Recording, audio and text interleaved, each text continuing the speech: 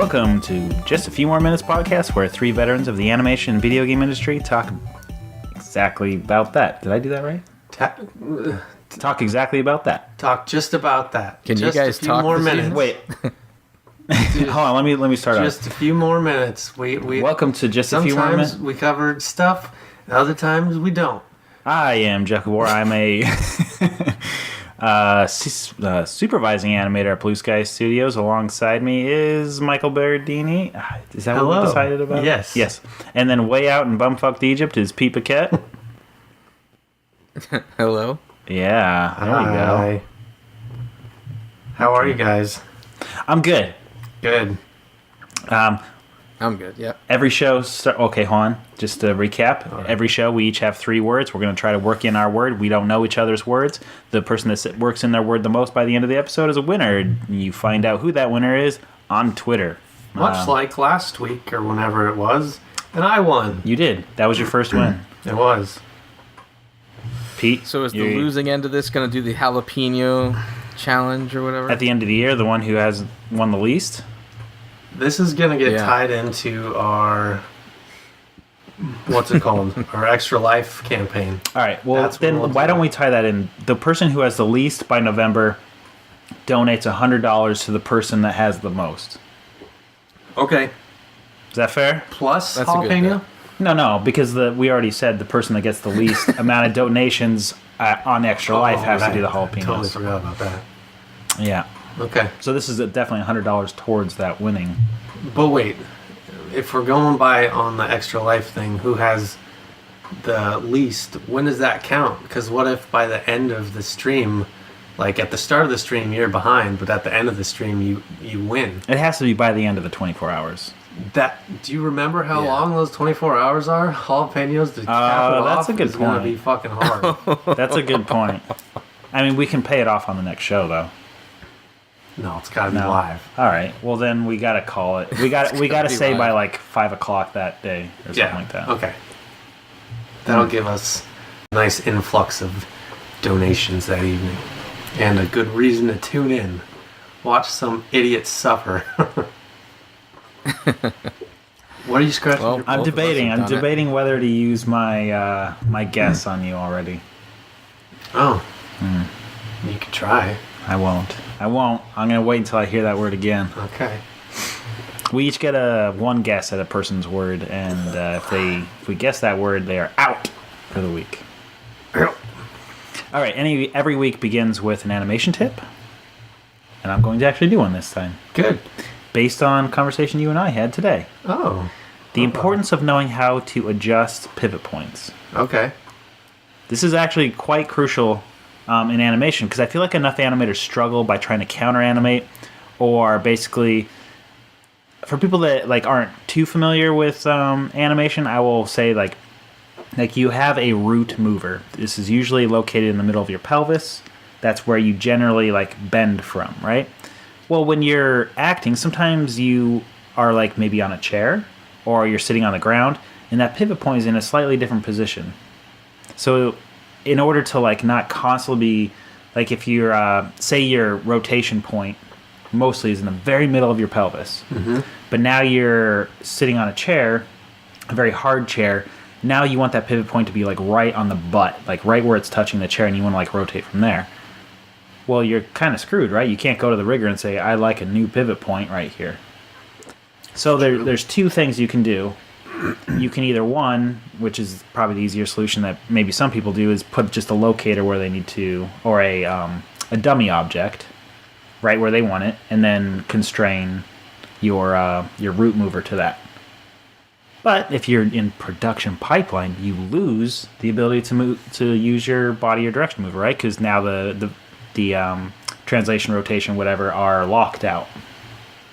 If they're constrained to the location. If they're constrained, because most pipelines, if you're going through a big major pipeline, you can't just use you can't just parent something, because you're using referenced objects. It's getting a little technical, but you lose that ability. So it's important to know how to adjust pivot points legally using what you have in your rig already. Almost every rig I've ever used at any major studio, you have more than one root, right? You have basically gimbal movers. At Blue Sky, say we have a God mover, a direction mover, and a body mover. in a world. The direction and body are both those pelvis root movers, right? Yes. All right. Correct, Jeff. So how do you adjust the pivot point based on that? Well, the body, I'm going to use just blue sky terms, Okay. is below the direction. Okay? Uh-huh. The direction, so in other words, like paint this image in your head. Okay. The direction will move the body. The body will not move the direction. Right. The direction is the parent of the body. Yes. So what happens if most people know, do you translate the body mover ever? Do you, like, if you have two different root movers, do you ever translate the child? No. Why? Because it fucks up the thing above it? Exactly. And you can use that philosophy to your advantage. So if you were to translate the child slightly, say you wanted the root to be right where that butt is, where you're sitting, well, guess what? If you do the opposite movement with the body, you slightly translate it up. Now guess where your directional pivot is? A little bit down. It's right where your butt is. So while you're sitting down, you can use the translation value on your body mover to slightly change the pivot point of the direction mover, and now you've perfectly animated your pivot mover while you're animating, and now you no longer need to counter animate. Well, look at you, fancy tech nerd that went over like 90% of their heads. The value in knowing this tip is knowing that Mostly including if you me. have a gimbal root mover, you can on the fly animate pivot points, which is, I think a lot of people don't really take advantage of nearly enough to avoid counter animating or translating and rotating to make up for a missed pivot point. The reason he brings this up is because I was doing it wrong today. Well, it also comes up because I've tried to explain this to... I have tried to explain this to other people, and it is rather confusing, I think. Like a few months ago, I was trying to talk to a couple riggers about this, and they didn't know what the fuck I was talking about. That's definitely an animation tip. Because Yeah. that's like a Jeff thing that you probably found on your own, right? No, I mean, I don't know who taught me it, but I was definitely talking to a former animator, Dan Barker, and we were commiserating that, like, we both do this, that how important it is. If you're tech savvy enough, you can basically think your way through a lot of problems that a lot of other animators will just brute force through. Mm-hmm. And That's what I do. it's one more. That's what I do. It's fine to brute force it, but I feel like if you do it technically accurate, you end up, the more proficient you are at that, the faster you are as an animator, which eventually ends up meaning a bigger paycheck. Well, that's why. That's why. That's why. It does. The faster you are, you end up getting, I feel like, more money. Them's the facts. Well, that's a straight up animation tip. Straight up. I should not. From a straight up guy. Yeah, don't just fondle the mic while you're speaking into it, probably. Yeah. I Let's did not- listen back to one of the recent Oh, episodes. Oof. It Yeah. was like, I'm so sorry, everybody. We're just like, bong, bong, bang. Which is why I set the mics on carpet this time, or pad. I couldn't take. The last one was really bad. And I turned myself down. I was really loud last That's episode. good. That's good. And I turned you up. Yeah, you were pretty loud last time. Yeah, I good. was. I was peaking bad. I'm trying not to just fucking get on it like I usually do because you usually just turn me down. While we're talking about the mics, though, I only briefly texted you guys about this like 2 minutes ago. Can I use one of you as an actor? Pete's got the better voice. I do think Pete has the perfect voice. So, All right. Yeah, I'll totally do it. okay, you are going to I'm be flattered. used in my Iceland video, which I've been working on for way too fucking long, that will officially be released if I actually finish it the same day that this podcast goes live, right? Next Monday? On Thursday. Yeah, May 11th, 1 p.m. Check out my Vimeo. 3 days before Mother's Day. Yep, you Reminder. can send it to your Reminder. mom. Send it to your mom. Iceland is That's a good magic. reminder. Thank you. Okay, so Pete, I'm gonna need you to act like you're running away from waves that are coming in, and you were like chilling out on the beach, drinking a beer, getting drunk, and then you're on your way out from the beach, heading back home, but then a big wave is coming at you, and you're like, fuck, fuck, fuck, fuck, fuck, fuck, fuck. So you say fuck really fast, just as you're running away from the water. And you want me to do this on the Right air? now. Yes, I want you to do it now, and let me... What's the time code? 10:37? 11 o'clock? Okay. So I can cut this out. And Whenever So you're I'm running ready. from a wave. yeah. You're running from a wave, say fuck, fuck, fuck, fuck really fast, and then second take, we'll do it with spaces in between so I can edit the timing if I need to. Do you want me to use my own voice, or do you want me to I mean, try a different voice? I mean, you have like, a what are you looking pretty for? good voice. I'm just going to stick with your normal... Oh, come on, do Pete the Puppet. Oh, that's funny.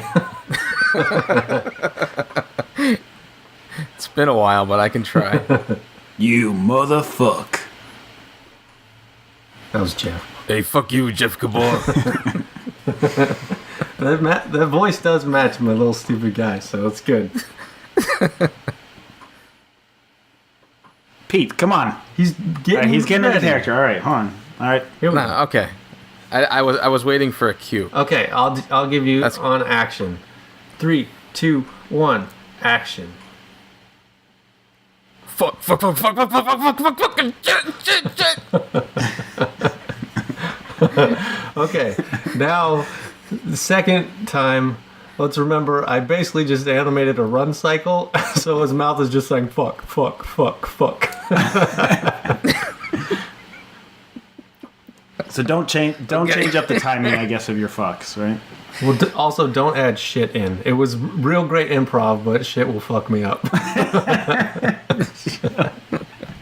Hold on, my wife's asking if I'm okay.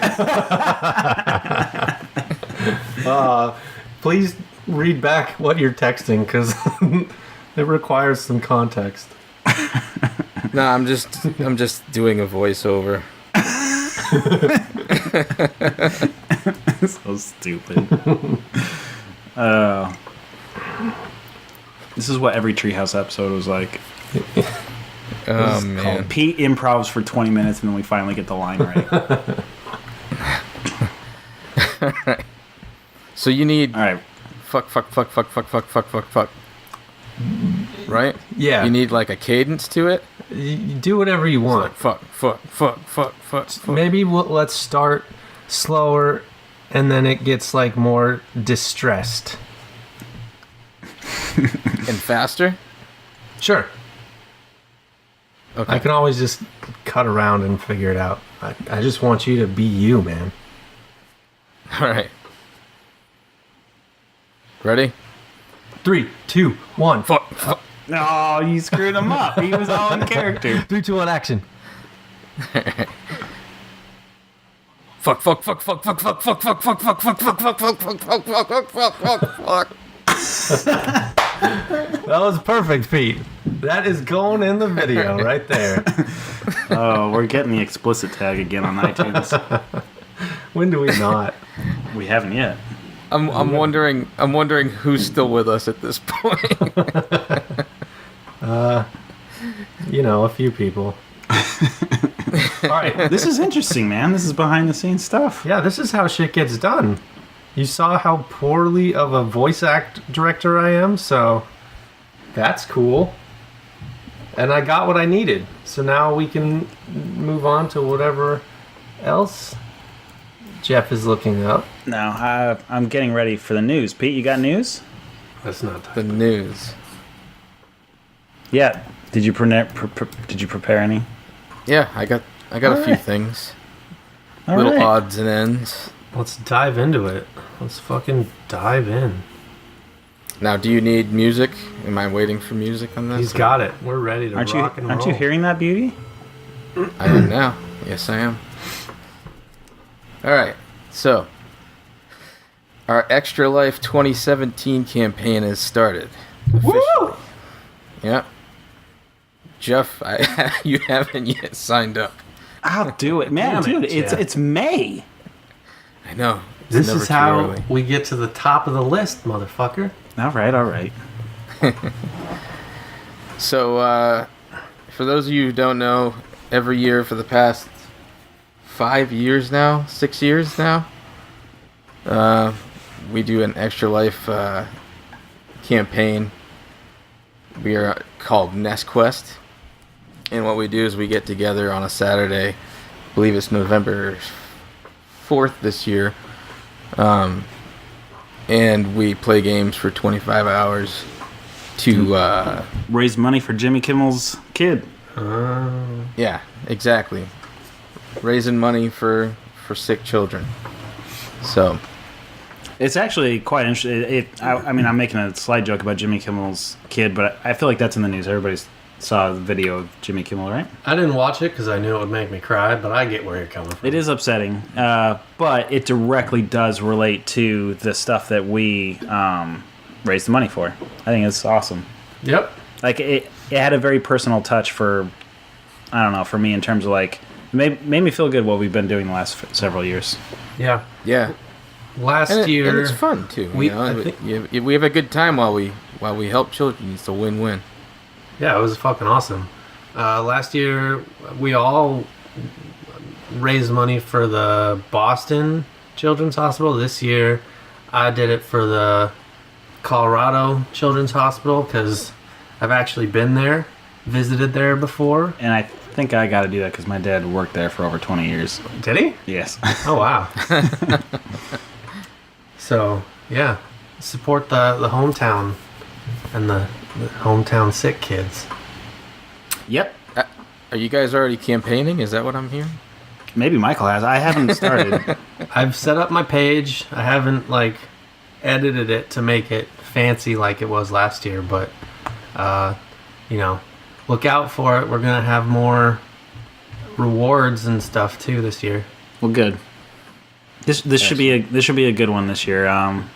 My wife's not pregnant, so that'll make it a lot easier to come up your way, Pete, or maybe I'll somehow convince you to come down. Ooh, you'll have your place. I'll have my big house. You love his house. Yeah. What's up? What's next? All right. So remember that 2D fan-made Breath of the Wild NES game? I do. Let me guess. Nintendo shut it down. Nintendo shut it down. Shocking. Yep. Taken down on a copyright claim by Nintendo of America. So, in similar news, but on the other side of the spectrum, a fan-made game, a fan-made Sonic game called Sonic Time Twisted, came out after 12 years in development. Did you watch that? No, I didn't. Oh, let me look it up for you. It's friggin' impressive. Yeah, it's very impressive. And it's out after 12 years in development, and Jesus. you can download it now. So, For free? for free. Yeah. I mean, this is like 12 years? We're watching just like a gameplay of it, and it's insane quality for a fan-made game. Yeah. Like, it's basically a new Sonic. Yep. So, are they using stuff that's already been made? It's like a mod, or did they do everything themselves? I mean, that's I- not... Because that I don't know doesn't look like- quite the same. Yeah, that's not Sonic. Or it looks like they updated some sprites. Yeah, that's what I was gonna say. From everything outside of Sonic himself, I can't really tell, but it looks as though Sonic has been tampered with. Well, and then he has a whole bunch of new like shields and whatnot. Like, they've certainly like added their own stink on the game. Man, I can't imagine that this will last long either, though, because they have that Sonic Legends thing coming out soon, right? That's what it's called? Sega's actually embracing it. Yeah. Really? Yeah, Well, that's Sega's always fucking embraced fan-made projects. Well, it reminds me of the way George Lucas treats Star Wars. He fucking loves everybody that does the little, like, little side stuff with it, and he supports it because he's like, this is all basically free advertising and making it even deeper in the culture, in like zeitgeist of people. My zeitgeist's not my word. Well, I hope not, good. because you're saying it wrong. Am I? Well, you said zeitgeist. It's zeitgeist.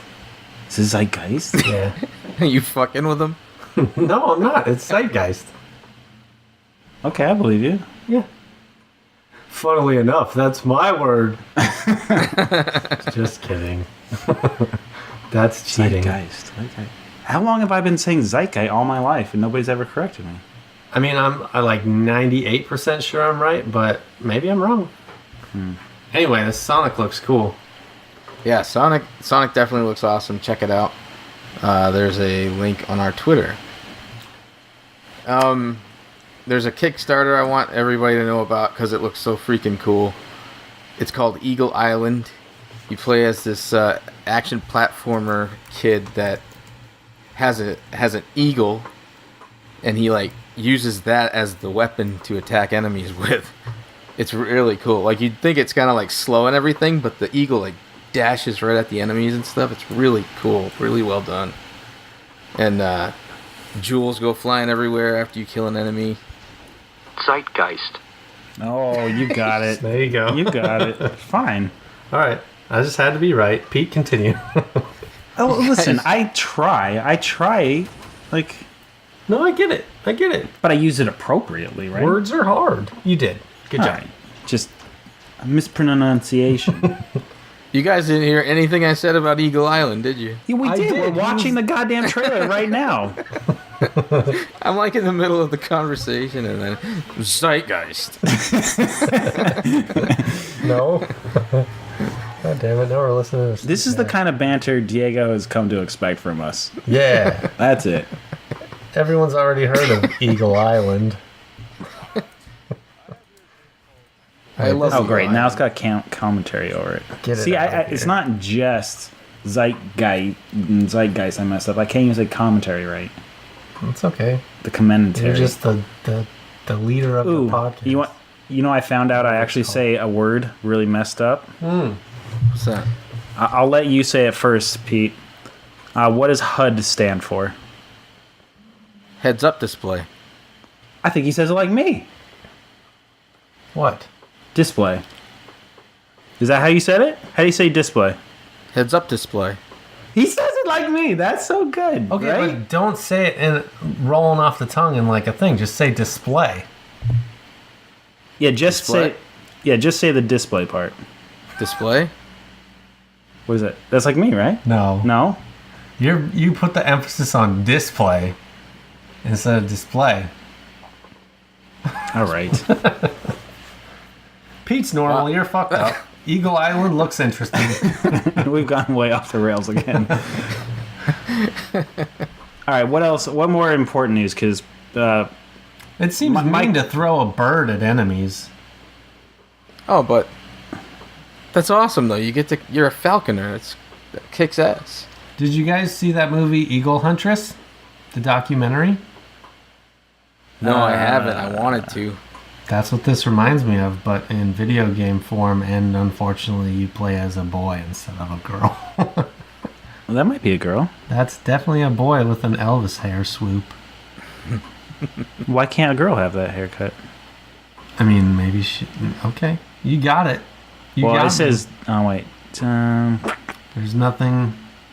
He even flies like a... Or he or she flies like a bird too when he double jumps. It has a little wing flap. That's cool. All right, moving on. Last thing is, if you're interested in new games for old consoles, there's an Indiegogo campaign for 2 unreleased Super Nintendo games called Iron Commando and Legend. Iron Commando looks really cool. It's like a Final Fight clone, basically. Legend is more of a Golden Axe type game. There's a link on our Twitter if you're interested. And that's it for the news, fellas. Cool. All right. Do we have anything animation related? I mean, we had an animation tip. Did anybody get any information about the lawsuit? I'm not a part of it. I'm too. You're too green. young. I'm not green. You're green Like, for the lawsuit. anymore. I'm like a solid, just dirty fucking gray. Okay. For those that don't know, the really old guys like Pete and I are part of a class action lawsuit against Pixar, DreamWorks, Blue Sky, Sony, ILM, some other ones for basically saying there was wage fixing through the early 2000s. Yeah, So, I still get paperwork from that, but last thing I was told was just don't do anything. yeah, I think so. I think they have like a what do they call it, an appeals court that might they might be going through, because basically that it's pretty well settled. So looks like it's gonna be some sort of payment eventually. You guys are gonna get some monies. Congratulations. Well, definitely from at least Blue Sky and Sony. I think those two settled officially. I thought Disney settled. did too. Did they? That's an official settlement? I'm pretty sure. Damn it, Jamie. Nobody wants to play with you. Yeah. Well, I guess that's the only animation news I have, which is, I guess, no news. Let's see. Have I seen a movie recently? The answer is no. What was that one you were supposed to see? Like, with Drew or whatever. You guys, Oh, right. We saw The Lost City of Z. there you go. Technically, The Lost City of Zed.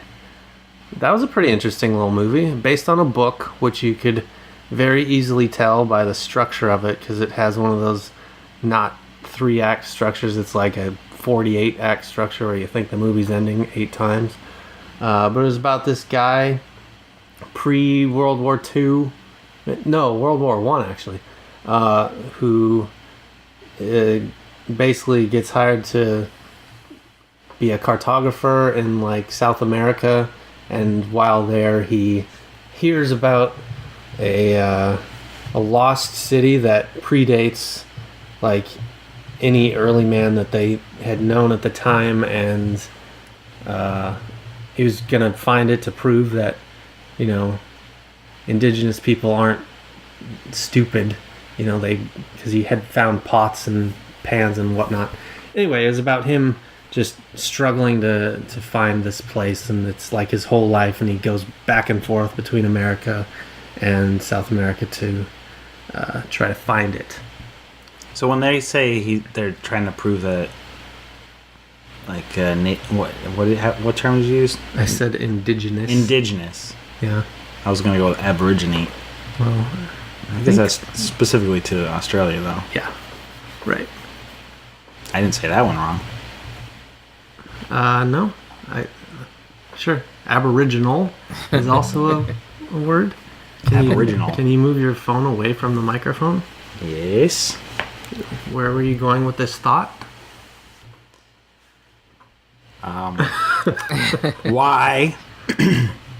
Why were they proving that they would be smart? Well, because, and I think that was one of the interesting things about the movie, and I was not at all prepared to talk about this movie, so these are not well-formed thoughts, but basically, Like, what's his motivation? I want to prove that he wants to prove, because like it's in the times of slaves and everything, and he is against slavery, and it's not just black people, but you know, Asians and South Americans and everything that they were using, and he felt like that everyone was considering those people lesser than the white man, and they all thought them stupid and ignorant, and he stumbled upon pots and pans or whatever that predated anything that they had ever known as far back as man could be. At least they thought so. So he thought this would prove that, you know, they were much smarter than they were giving them credit for. But then the movie juxtaposes really well, because like they picture, or they show him as like a really forward-thinking sort of guy, where he's, you know, what are you giving me these looks for? I'm constantly trying to find your word. You're not even listening to me. No, I'm just trying to think like, juxtapose. No, I'm a smart guy. I know how to use words. Fuck, now I lost my train of thought, you dick face. Those are your words. Sexual harassment training was today, too. Yeah, but this is part of content. We can say whatever the fuck we want. Oh, that's true. But, okay, so they paint the guy as like a very forward-thinking, pro-human rights activist type of guy, but then they contrast that with like he has a very loving wife and kids who are constantly frustrated with his obsession of trying to find this place. And at one point, the wife is like, okay, fine, you can go back to South America to try to find this, but let me come. I can't live without you all the time. Let me come with you and go on this adventure. And he's like, no, a woman has her place and that's at home and you need to raise the kids and everything, which is a really interesting scene because it's like he cares about these people he knows nothing about, but even with his wife there, he's still like putting her in her quote unquote place. So it was a very interesting dynamic. It's a good movie, sort of long. Saw it with a bunch of old people that just, you know, when you see a movie with old people and like everything that happens, there's always that like, oh, you know, like they can't control their audible gasps and reactions to everything. Oh, yeah. Silly old fun. That's a stereotype. No, that's Like when you watch horror movies. don't. Jesus. But I'm sure the old people have something to say about that too. Yeah, the old people. Funnily enough, when I went and saw Get Out, I feel like I saw that with the wrong crowd. Because that was literally just... Because it was like a month after it came out when it was only getting like good buzz and everyone was raving about it. It was just middle-aged white old people Yeah. watching that. How was it? I thought that was a really cool movie. I did not think it was good. It was as good as everyone says it is, but I also expected more of a horror movie, and I mean, it wasn't scary. It's more of a thriller. Right. But that was cool. I got one last item to add to the news. Add it. All right. By the way, Pete, we're still watching Eagle Island. We are. I actually quite like it. I was checking on Xbox Live. It's probably nobody gives a goddamn crap about this, but I was waiting forever for this. But Mega Man 10 is now available for Xbox 360, whatever download thing. Backwards compatible? Yes, backwards compatibility. So I had bought that for my Xbox 360. Now I can play it again, which makes me very excited. My Xbox One is a husk. It's an old, derelict piece of crap that I never fucking turn on. I never fucking touch that thing. They Right, re-upped. I'm using it. Derelict. Derelict. God damn it! All right, he's out. It's because I couldn't not smile when I said it. Fine, I lose this week. I'm relying on you, Pete, because otherwise Jeff's just going to take it away because he's the only one that tries. Well, if he's been listening to anything I've said, I haven't said it yet. So Okay. Anyways, I thought that sentence was going in a very different direction. If he had been listening to anything I said, I've actually said it 100 times. No. But in fact, he's said it 0. Oh. Oh, wait, Hey, I have you guys- one more news topic Okay. before we jump out. Is it animation related? No. Okay. I just saw it on Polygon today. One of my biggest fucking gripes with the Nintendo Switch, it now will save your credit card information, so you don't have to re-enter it every time you buy something. That's nice. yes, Yeah. that was always such a huge pain in the ass.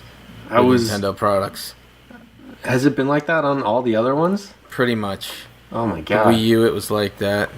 The Wii was like that. Yes, I It was brutal. guess I never bought anything digital on their stuff, but I was flying again this weekend, and I wanted to buy something to play on the plane, and I ended up getting...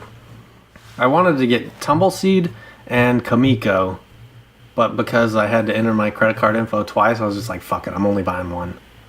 I bought Kamiko for $5. How was that? It's fun. It's like straight up looks like Hyper Light Drifter and not as well made and incredibly short. I think I beat it on one of my flights that I beat it in like an hour and 10 minutes. So I played it all through with the girl with the sword. And then I'm doing another playthrough with the girl with the bow and arrow, and then there's like a shield girl. So I think that's how they stretch out the playtime, but it was fun. It's like Castle Crashers. Not Castle Crashers. Shovel Knight, where you get to like replay the story as different people. Yeah, but like way smaller than Shovel Knight. There's basically 4 levels with 4 bosses, and you beat the game. Is it like challenging? No, it was incredibly easy. I was gonna say usually they make it more difficult the shorter the game is. You know. Yeah, It's weird. Wasn't thrilled with Spoiler. it. Well, don't look at it. Also, nobody can see what we're looking at.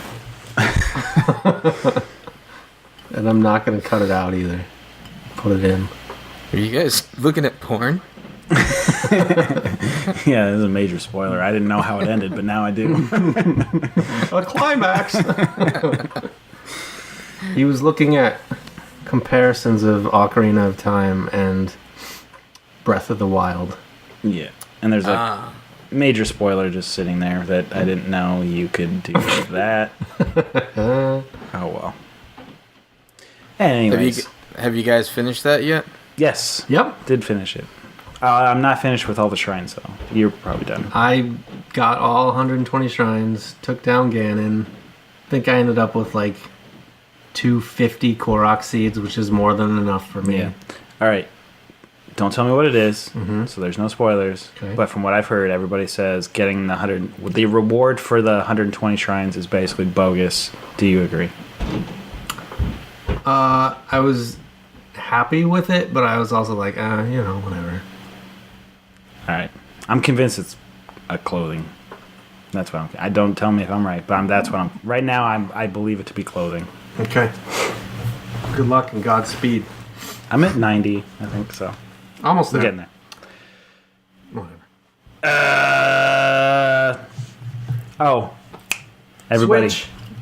Yes. What? Our game of the month, just as a reminder, Yep. Little Nightmares. You Yep. started playing it? I did play it a little bit, yeah. Pete? I haven't started yet. Not started. I'm about maybe 2 hours into it. It's weird. That's probably where I'm at, too. We're definitely have plenty to talk about. I hope people join us in on this because I am very interested to see how people will score this game because I think it's going to be if we get enough people to at least talk about it, I think it's going to vary widely. I don't think you're going to be able to like get a consistent score on this one. Yeah, it's not going to be unanimous. That's interesting. I like it so far. There's some things that really bug me, but it's a cool game. Yeah. So that'll be in 2 weeks. We'll talk about it. So try to get it in, everybody. Try to get it in. Actually, maybe 3 weeks. Maybe 3 weeks. Because I'm going to be out of town in 2 weeks. Oh no. We'll figure that out later. Damn it. Just remember. The tension. Come on, damn it. Damn it, son of a gun. Everyone's waiting to hear about our thoughts on Little Nightmares. Yeah, everybody. Okay, so the topic we were actually going to lead with on this episode is basically there is the Video Game Hall of Fame, and they announced their new inductee this year, which was Donkey Kong. Played that one off smooth. You didn't remember for a second, did you? I got it. Anyways, so the Hall of Fame is actually a lot smaller than I thought it was. I thought it was going to be a list of like 50, 60 games or something like that. I can name them all for you on what games are actually in the Video Game Hall of Fame. Donkey Kong, Doom, Grand Theft Auto 3, Halo, Legend of Zelda, Oregon Trail, Pac-Man, Pokemon Red and Green, Pong, Sims, Sonic, Space Invaders, Street Fighter 2, Super Mario Brothers, and Tetris, and World of Warcraft. Pretty small list. And so I figured, to honor that, we'll induct our own games. Cool. Quick question, though. Okay. Why would they choose Pokemon Red and Green? I have no idea. Like, what even was Pokemon Green? It was Game Boy. Because there was Pokemon Red and Blue and Yellow. I don't remember Pokemon Green. I think that had Bulbasaur on the cover. That would make sense, but I don't remember that. Anyway. It's interesting. I think it was. I remember red and blue. Yeah. Okay, Pete, Yes. you want to participate? Would you like to name the game you think should go in the Hall of Fame that they're missing? Well, I have to say 2 games actually that come to mind. Great. I think yeah. Okay. Yeah, I have 2 as well. I forgot we were doing this and didn't think about it very much. Wing it. I know. I will. My 2 games are Castlevania and Metroid. For the simple reason. Yeah, 2 sides of the same coin, I think. Yeah, it's like reason being they both kind of like created their own genre of game, which is pretty cool. I think most of that list of the inductees and they were pivotal for like what it did for the games industry. That's pretty much how I felt when I saw the list. Because I didn't even really know that there was necessarily a Hall of Fame for games. But as soon as I saw this list, I was like, okay, well, they're obviously honoring the beginnings of a lot of different genres. And it's whatever. Yeah, each one of those games basically amounts to a particular split in terms of how video games are perceived at that point. So Pete's Metroid and Castlevania, like Metroidvania, pretty much every indie game that is pixel aesthetic that comes out now is some sort of riff on right. Metroid or Castlevania. So. And to explain, like the basis of a Metroidvania, it is representative. At least tell me if I'm wrong, Pete. But it's basically it's a set of circumstances or levels that basically you reach a certain point where you get blocked off, and then you achieve a certain item or element or achievement, which then unlocks new zones. So the game gets bigger and bigger and bigger, and the world you're experiencing gets bigger and bigger based on you being able to explore new areas based on new items you get. That's a very good description. All right. I'm very proud of you. Yeah. But you know when you're playing those Metroidvania type games though, like that moment where you see something, you're like, I can't get there yet, but I will soon, you know? Yeah. It's a really like satisfying moment whenever you find a new one of those, because then you're like, yeah, something cool's coming. Yeah, I mean, I like to be able to have that click of being smart enough to know this is above me right now and knowing to turn away. So my one problem with that, which I ran into a lot with Zelda, which may not necessarily equate, but in a lot of these games where you don't have a map, I just forget about that spot. It happens. Because I feel like the Metroidvania style game is, perforated well beyond just side-scroller type games.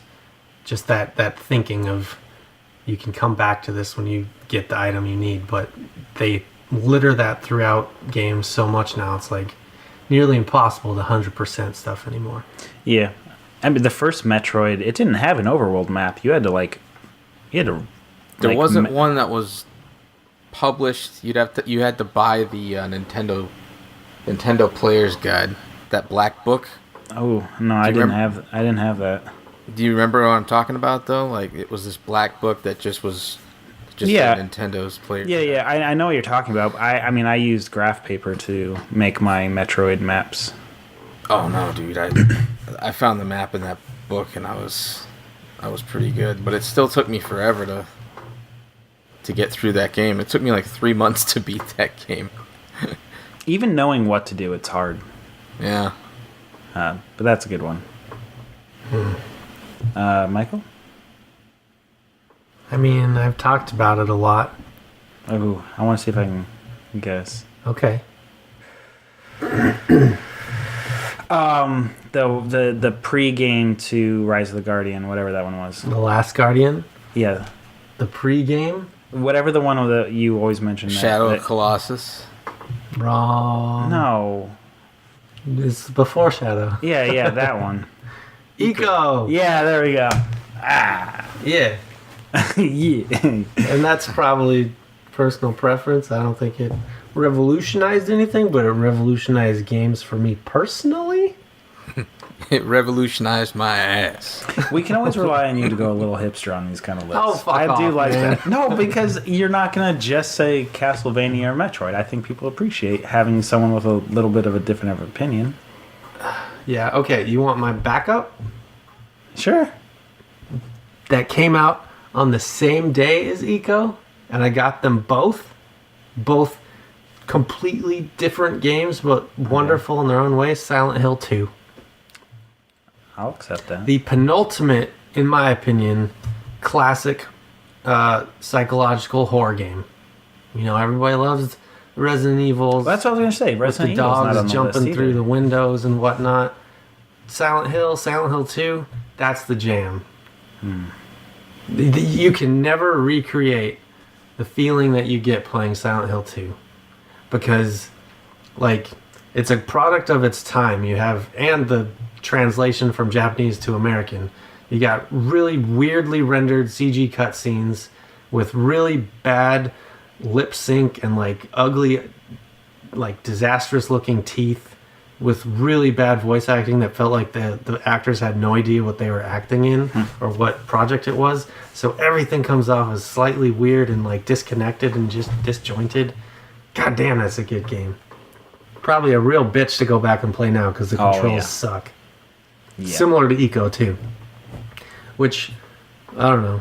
Do you think a game in the Hall of Fame of games has to still play well now? Or was it... No, definitely not. Because, like, what in there doesn't control well anymore? I don't know. There's got to be a handful of those games you would not want to pick up. The Sims, I wouldn't want to pick that shit up. That's true. The Sims, they probably tweaked quite a bit. I mean, it might be sacrilegious, but the first Super Mario Brothers is not fun. Go back and play that. That is not fun. Oh, I agree. That is, it's a gauntlet, you know. Doom? Who the fuck wants to play that now? Sure, but it's still first-person shooter controls. That's still the same. The frame rate, all that, the pixelation.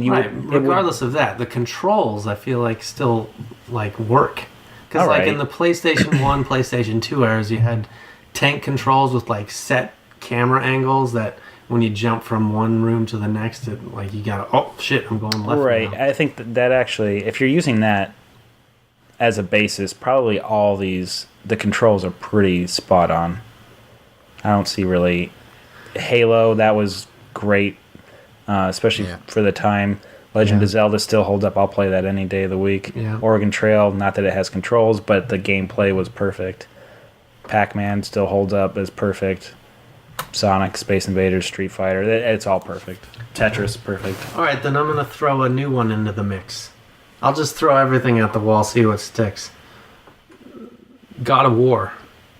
Yeah. I feel like that, maybe Devil May Cry, but I'm going to stick with God of War. I feel like that really sort of revolutionized the third-person action game. And you're not going to go with Uncharted. No. No Uncharted, no Last of Us. I considered it, and I feel like Uncharted 2 and The Last of Us will be added to that list later on. Because it seems like, you know, they're doing it somewhat by time frame here. There's no modern game on this list. Yeah.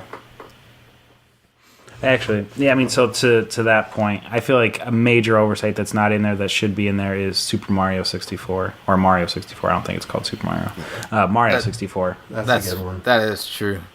Because, like, I saw that at Toys R Us and it blew my mind. Like, video games, like, there was video games and then there was the next gen. Like, that was a clear delineation. There was, like, a black and white TV and now a color TV.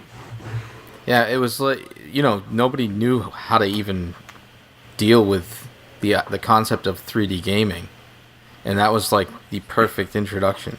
It was so you're just visually, you're looking at the graphics, and now Mario's running in a 3D world. So you're taking that aspect, okay, put that aside as, wow, that's amazing.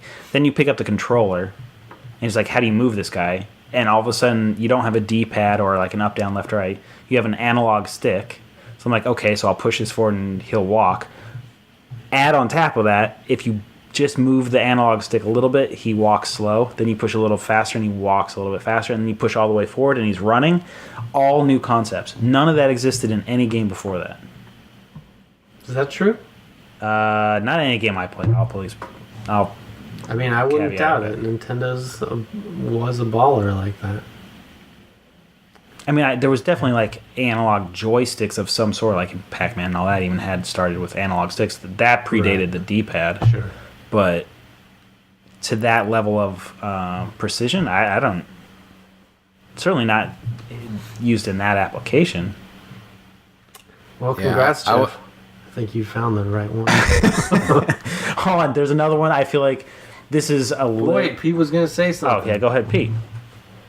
I forgot what I was going to say. Yeah, It's all Steve, right. fuck it. If you just talk over him, he runs out of steam. All right, I'm gonna go a little like educational. Okay. Space War. Oh. Space War needs to be on there because it's considered to be the Tuning out. first video game ever created, or amongst the only ones, first ones, the only ones. That I'll give that to you as well. So you play as these little nomadic ships that fly around, where basically, well, it got created at MIT. They had like this little, finally a little computer that all the what are the science? What do they call them? The little science people. I wasn't listening. The little science people? What? They're called scientists. In what? MIT people, like scientific engineers, whatever the hell they are. Okay. I don't know. What does it even matter, right? You're Little getting people- so defensive. And I'm so Computer confused. scientists, something like that. I don't know what Computer we're talking engineers? about. I was looking something else up. All right, whatever these people are, they're trying to work. I think they were basically trying to work on like defense stuff at MIT with these computers. And in their spare time, this guy named Steve Russell in 1962 built this game called Space War, where basically they took an old fucking tube computer, TV, hooked up a computer to it, did two joysticks, then they said, okay, well, what makes sense that we can put in there? And they said, okay, well, how about a spaceship? Obviously. 1962. Think about the what we were doing in space at that time. Nearly nothing. That predates the Beatles, man. So they do these little spaceships, and it's like one-on-one versus, and you try to shoot torpedoes at the other spaceship and take them out. It got so big that this program that these few people led by Steve Russell made, that it went to all the other computer engineering programs around the country, and they started making basically hacks of this game. And so they were modding this original game, and it got so big they started making tournaments of it.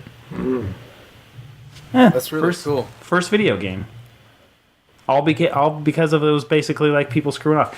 And then it got so popular that IBM had to outlaw their employees from playing it in their spare time. I had crazy. no idea that Space War went that deep. Yeah, it spread. Yeah. Yeah. I mean, and if you think of it, like if you look at the run of it, they were doing tournaments for it like a decade later, like 1972, 1973. They were still doing these tournaments based on a game that was 10 years old. That would be what? Us having tournaments, what came out in like 2007? Like Halo Portal. 2? Portal? I was just No. looking at this list, and Oh. Portal came out in 2007. Okay. That I can't really do Portal. verses in that, but I mean, 2007 is quite a while ago when you think of like what has happened in video games since 2007. Quite a bit. Yeah. Yeah. Anyway, so that's my educational pick. That does need to be in that Hall of Fame. It has to be. So whether it's this year, next year, whatever. I got another one for you. Okay. Minecraft. Yeah, that's. That- I have a feeling I that one's going to definitely be agree. in there soon. Yeah. Yeah, there's few games that reaches that amount of pop culture notoriety that quickly. Yes. I was gonna say they had a whole bunch of other games that were actually up for, nomination. Nominated? Yeah. Let me see if I can find them. But I did find that list to be especially interesting because it had Mortal Kombat in there. Mortal Kombat. That was fun. I remember playing that a lot. Combat.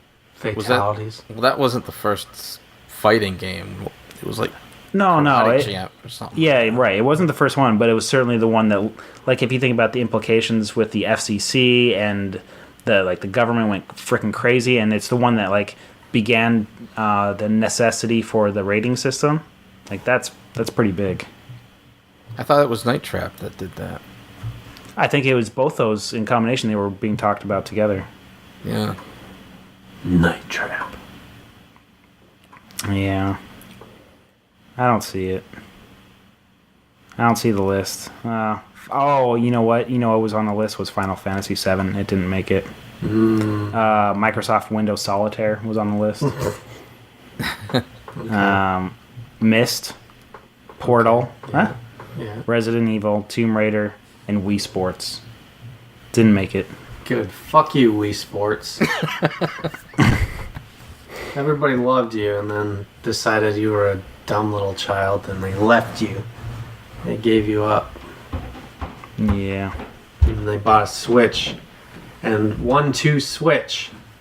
Milking cows together. Nintendo knows what's up. Dick jokes galore. No more dick jokes. No more dick jokes. No more dick jokes. That's like 90% of my content. If you get rid of my dick jokes, you're just going to have a husk of a man, a derelict, if you will.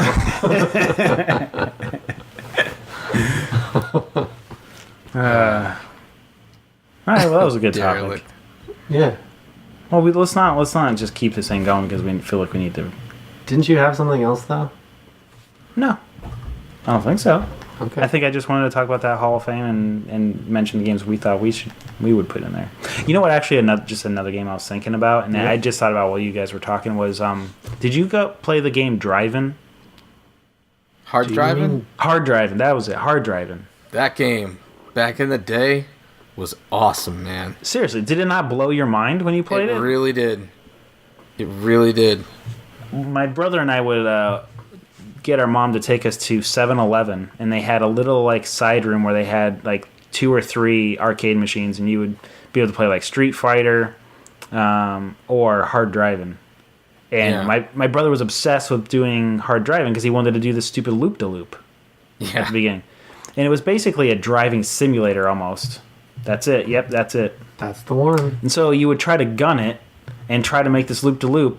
And as you would do it, once you like finish whatever, it would then go to a replay showing you what you just did. And of course, every single time, my brother would never be able to make the loop-de-loop. He didn't pick up enough speed or whatever it was. Like I don't remember him making it once. Yeah, the implications to that game is huge, in my opinion. I want to say it's one of the first like 3D games, because I don't remember anything like it prior to it. I don't either. I mean, it felt very Star Foxy in a way with the polygons and all that. Speaking of that, Star Fox should be on there. Yep. And I remember hitting the cow all the time. Yeah, the cow in the barn, right? Yeah. You'd hit it, be like, moo! Yeah. That game definitely does not hold up. No. I had the Genesis port, too, as a kid. Yeah, yeah. And I played that. I played the hell out of that. I still have it. Yeah, you just picked up a whole bunch of Genesis games, huh? Yeah, I picked up probably about 8 of them. Something like that. Genesis? Since when do you collect that shiz? No, I've always had about 120 of them.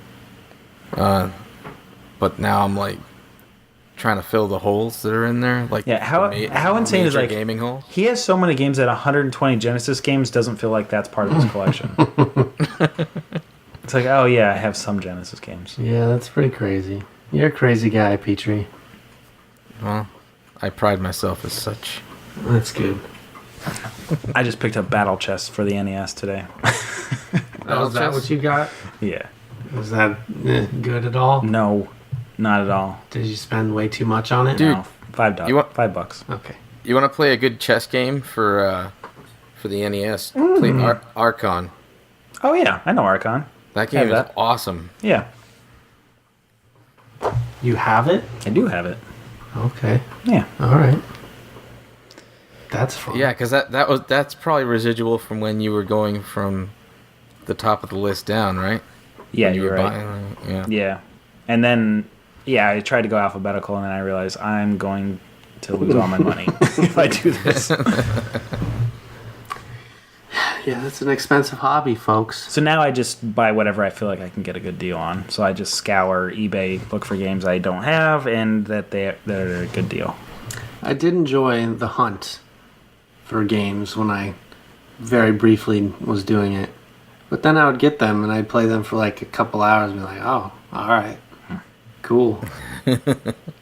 Inside is out. I'm going to go play that instead. And then I was happier. Inside the game is out. Yeah. Not Inside Out is on DVD. No. Stop trying to put animation in this podcast. Even though everyone says if you just talk about animation, you get way more followers. And I say, shut up. Yeah. Well, this has been just a few more minutes podcast. Do you want to say anything else, guys? No. I gotta go empty my bladder. All right, we'll wrap it up. I gotta finish the Iceland video. Watch out for it today when this comes out. Vimeo.com/whatever my username is. I don't know. Pete, did you work your word in? I did. Just now. Shit. Like literally under a minute ago. What did Okay. you say? Bladder. Bladder! Dang. Nice. All right, one. I think we're going to end up with a tie. I just used my word once. What was it? Nomad. Nomad. I don't even remember when that was in conversation. Yeah. The Sega Nomad. Oh, I should have done that. I should have worked on the Sega Nomad. Damn. Damn. Son of a bitch. That's an easy layup if you use it like that. I could have said it like 10 times. Yeah. Son of a bitch. What was the difference between the? I have the Game Gear, and then Game Sega Gear had Nomad. it. Yeah, the Game Gear had its own cartridges and games. The Nomad played Genesis games. Oh, that's right. Yeah. Yeah. Which was awesome. Yeah, it was great, except for the battery life was dick. Oh, was it? Yeah, you basically had to leave it plugged in, which kind of defeats the purpose of it being nomadic. Yeah. Vimeo.com/Berardini. You're gonna upload it? I just looked it up. Yeah, hopefully it's up. 1 p.m. Pacific time. Wait, your Iceland video? Yeah. 1 p.m. tonight? 1 p.m. tomorrow. May That'd be 11th. tomorrow. Oh, May 11th When this episode goes on live. Thursday. I got a lot of editing to do. M. Berardini. Vimeo.com/Berardini. Berardini. You got it, buddy. Let's make this thing go viral, everybody. This is gonna happen. I'm gonna get famous with like 11 views. Thanks, everybody. Thank you, Pete, for your voice acting. No problem. Give it one more shot in case the other ones didn't work. It's pretty perfect, but 3, 2, 1, action. Fuck. It's just laughing. All right. Can I give a squealy one? Yeah, sure. This is an alt. That's funny too. Give me some clean fucks, just separated by time.